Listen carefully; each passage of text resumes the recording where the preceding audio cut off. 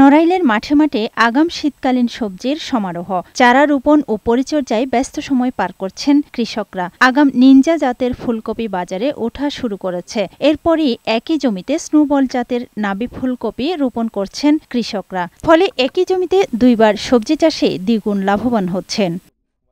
হাটবাজারে এসব আগাম সবজির চাহিদা রয়েছে বেশ। কৃষকরা জানালেন, পরিশ্রম খরচ একটু বেশি হলেও ভালো লাভ মিলে। আমাদের যে সময় পেশের অন্যান্য ক্ষেতের ফসল উঠে যাবে, 40 টাকা করে যদি বিক্রি করতে পারি তাহলে এখানে 50-60 হাজার টাকা বেচতে পারবো, সেরকম আশা রাখি। এবারে তো গত বছরের তুলনামূলক এবার বেশি দাম। প্রথম দিন বিক্রি হল 90, তারপর আজকে বিক্রি করলাম 80। অল্প দিন এর উপরে ফসল হয় না কলি চলে। প্রয়োজনীয় পরামর্শ সহ কৃষকদের সব ধরনের সহযোগিতা করা হচ্ছে বলে জানালেন এই কৃষি কর্মকর্তা। বৃষ্টির কারণে প্রথম দিকে কৃষকরা একটু হোঁচট খেলেও পরবর্তীতে তারা পুষিয়ে নিয়েছে এবং বাজারে যে বর্তমান মূল্য আছে তাতে কৃষকরা লাভবান হচ্ছে। কৃষি বিভাগের তথ্যমতে চলতি বছর নড়াইলে 2000 হেক্টর জমিতে শীতকালীন আগাম সবজির আবাদ হয়েছে। ডেস্ক রিপোর্ট, বৈশাখী সংবাদ।